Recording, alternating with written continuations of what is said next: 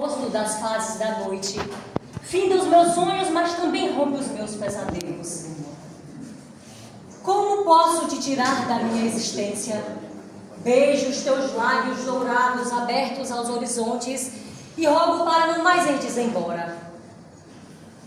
Só posso mesmo saudá-la. Eu te agradeço, Aurora. Luciano Guedes. Eu começo a minha apresentação com um pequeno trecho de um poema de um artista chamado... Eu acho que não precisa, não. Eu sou do teatro e a gente já costuma falar o mesmo. Chamado Luciano Guedes. Luciano Guedes era um artista da cidade de Jacobina, Bahia. Ele foi assassinado dentro de um bar enquanto ele vendia artes que ele pintava e recitava poemas. Era fim de ditadura militar. A ditadura já havia se findado, mas ainda aquele resquício muito forte de coronelismo, abuso de autoridade, abuso de poder. E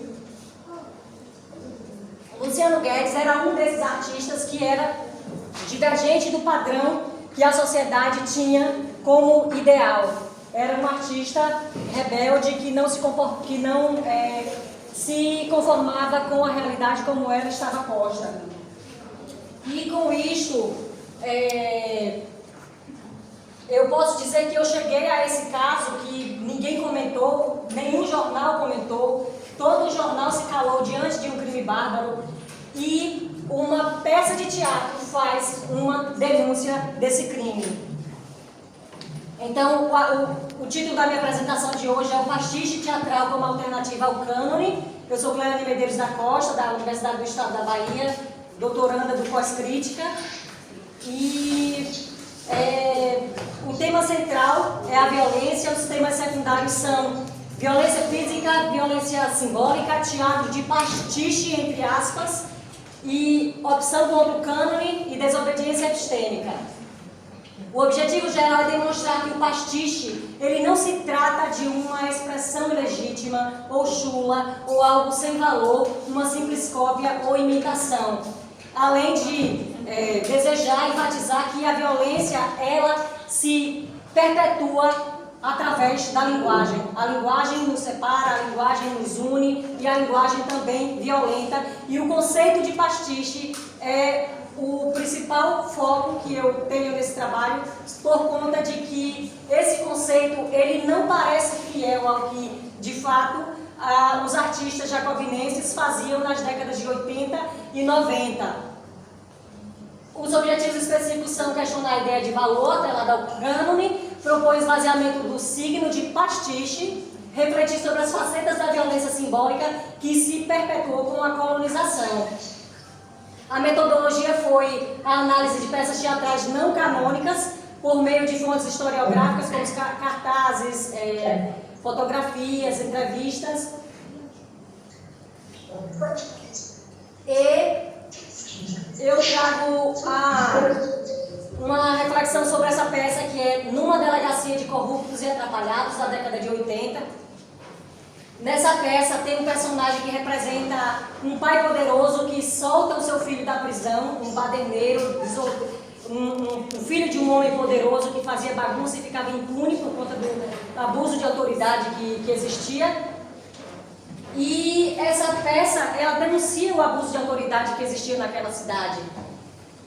Essas informações eu obtive por meio de jornais da época e com entrevistas com o autor e fotografias. Essa é uma imagem dessa apresentação. JS é diretor e ator, cartunista, artista plástico, figurinista, é um gênio. Esse cara aqui, ele é um gênio. Ele conseguia fazer a partir do nada, pobreza extrema, mas ele conseguia fazer o teatro acontecer. E essa peça, ela foi apresentada por mais de 50 vezes pelos palcos do sertão nordestino. Essa é uma outra imagem. Era uma comédia que fazia inclusive os próprios policiais darem risada, porque a comédia ela tem esse poder de denunciar com o riso. E sobre essa peça, ela se parece muito com a peça do russo Nikolai Gogol, que é o inspetor geral. Então diz-se que que se trata de um pastiche, portanto não tem valor, porque o cânone que tem valor. Então, por não ser canônica, por ela ter tido uma base em uma outra obra, não ser tida como original, ela é simplesmente subalternizada. É como se ela não tivesse valor. E eu não acho que isso seja verdade. Hermeto em Eldorado é a principal peça que eu analiso na minha tese de doutorado. Ela denunciou o assassinato desse rapaz que eu recitei uns trechos de um poema dele. O rapaz tinha apenas 18 anos. E essa peça, ela narra como se deu a tragédia com Luciano Guedes. Ela é do mesmo autor que fez uma delegacia de corruptos e atrapalhados.